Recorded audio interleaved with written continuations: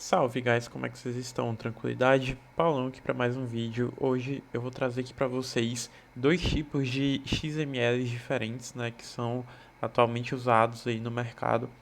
XML é algo mais antigo, é algo que assusta um pouco, né, na primeira vez que você abre, mas depois que você entende mais ou menos a estrutura, que é basicamente um grande objeto que é preenchido, né, e esse objeto geralmente é a estrutura da requisição, né, que você cria como se fosse uma classe ali e preenche com propriedades, né? Por exemplo, você cria a classe envelope e aí você vai preenchendo as propriedades do envelope, né, que é o header. Aí dentro do header tem autenticação, aí dentro da autenticação tem um token.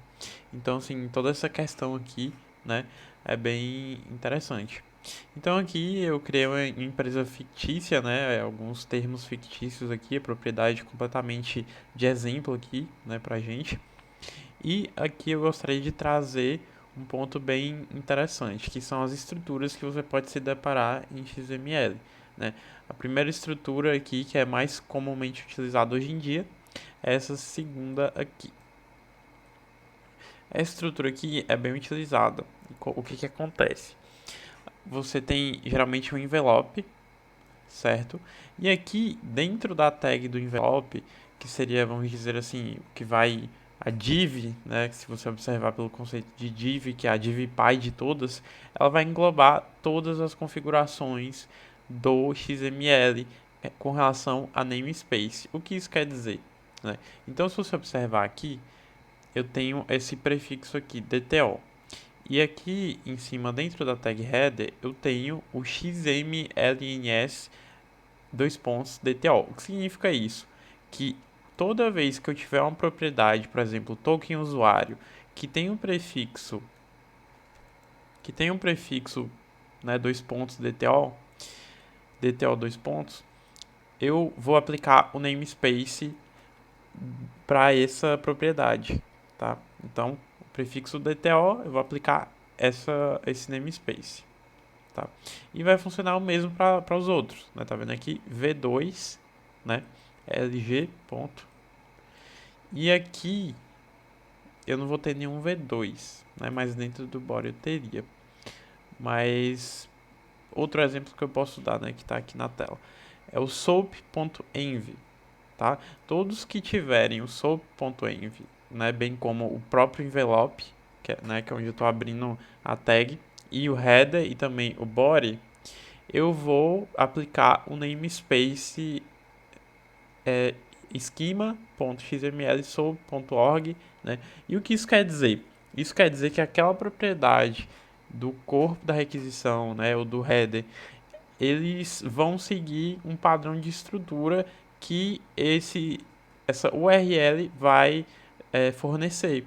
Então, por isso que toda vez que você for fazer a integração em XML, você precisa pedir a estrutura para o seu cliente, porque você precisa saber qual é o namespace de cada propriedade que vai ser fornecido aqui, né, na primeira tag envelope, na hora que abre a tag, né, ela fecha aqui embaixo, mas é na hora que abre a tag, ou vai ser fornecido dessa forma, né?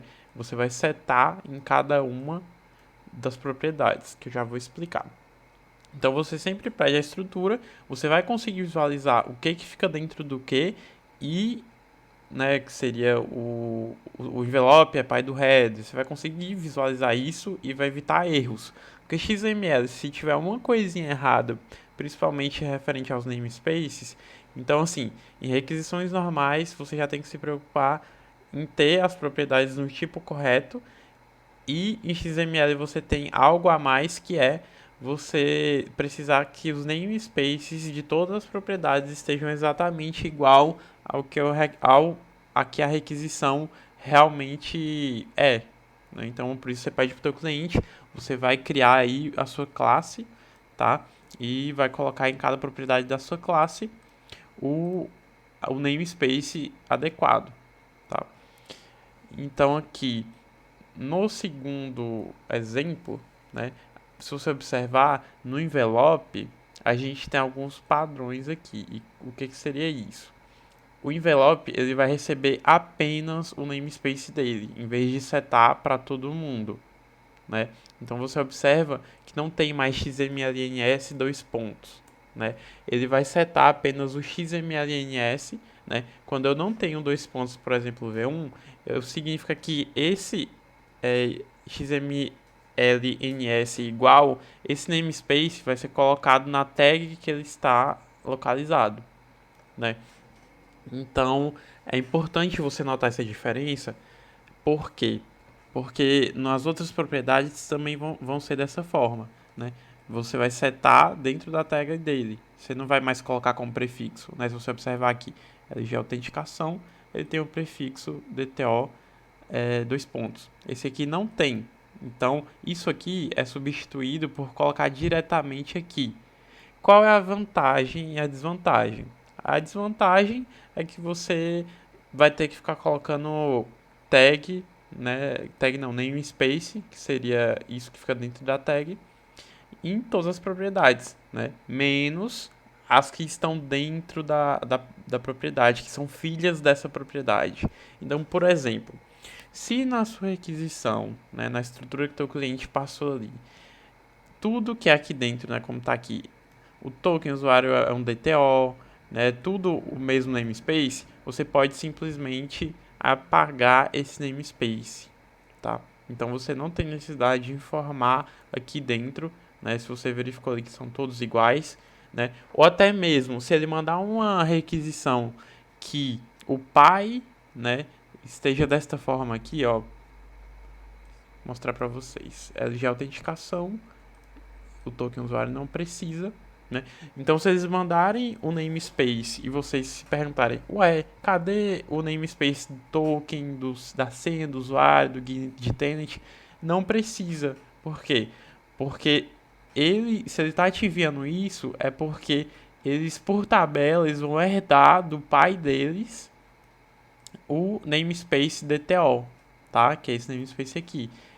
Então, assim, você fica esperto nesse sentido de sempre que te mandar a requisição, que o padrão é esse, né? Como eu recomendei, sempre pedir o padrão de requisição para aquele endpoint, para você padronizar direitinho os namespaces e as propriedades.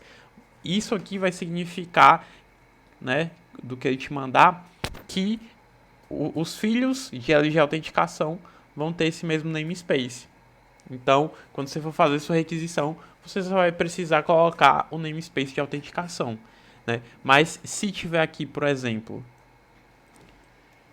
esse daqui, ó, cadê? Se o namespace desse aqui for indicado dessa forma, né, no caso aqui sem o V1, que a gente está colocando diretamente na tag, é porque você vai precisar definir, né, exatamente como está aqui na sua requisição, tá? Então, fica essa dica. E como é que você faz para converter um no outro? Basicamente, o que você vai precisar observar, né? No caso de você receber desta forma aqui, você vai observar, por exemplo, você recebeu dessa forma aqui e o seu sistema trabalha com essa forma aqui, né? Que é o meu caso, né? O que aconteceu comigo. Simplesmente o que você vai fazer vai ser observar por exemplo, XMLNS V1 é igual a V1, tá? Então você simplesmente copia, certo? Você vai apagar os que usam o V1, né? No caso só tem o DTO.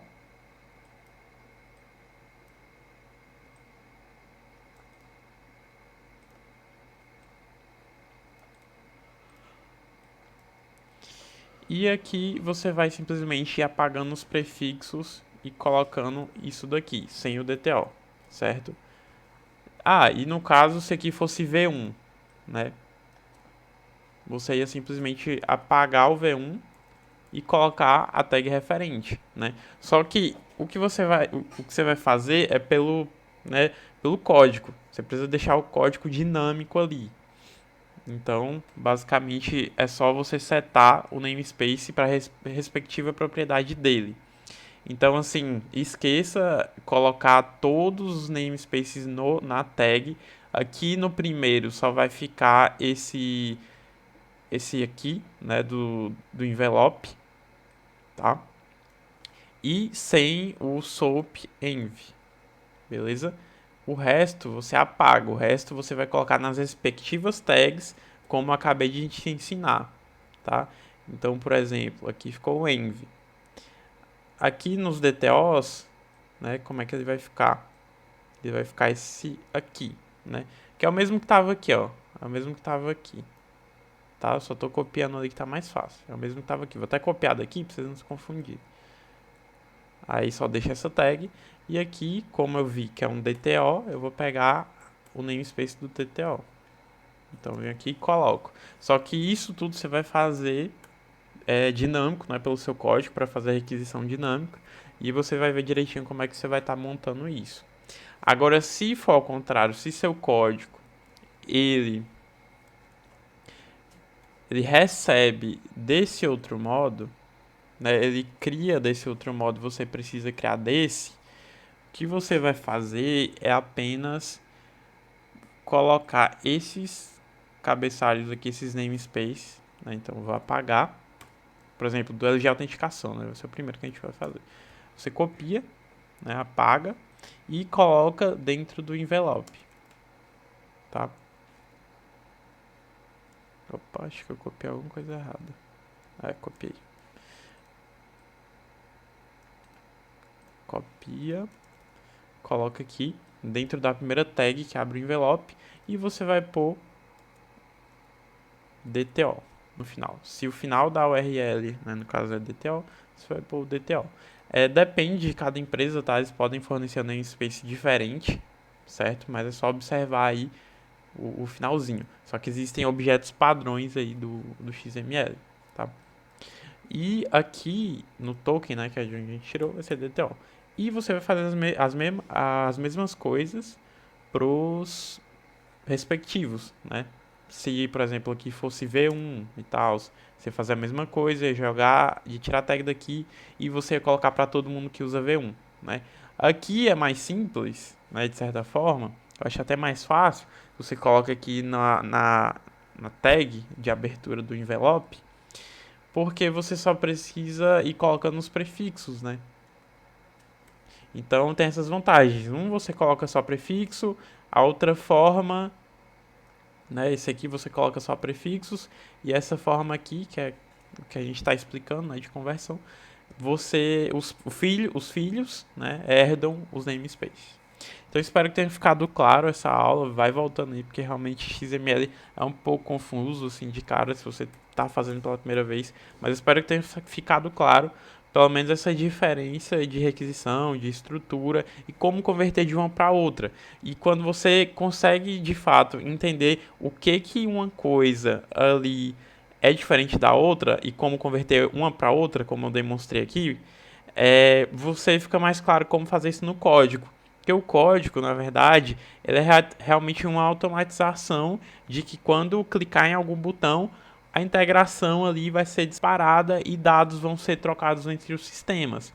Então, se esse sistema aqui, né, eles passam o modelo de requisição desta forma e o meu código gera dessa, eu preciso entender como fazer dessa forma, né, que está aqui, que reflete exatamente o que está aqui, né, porque essas são estruturas iguais, elas só são diferentes por conta do prefixo, né, que essa segunda aqui usa prefixos e seta aqui na primeira tag, que é o envelope, quais são os namespaces que os respectivos finais aqui, né, por exemplo, DTO, quem abrir aqui com essa tag DTO vai usar aquele namespace, né, que está definido aqui. A nomenclatura é essa, tá?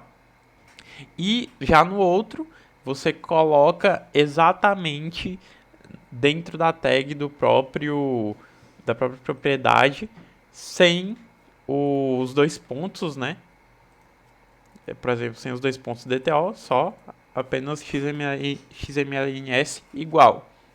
Beleza? E os filhos, né, as propriedades filhas vão herdar ali aquele namespace. Certo? Espero que tenha ficado claro.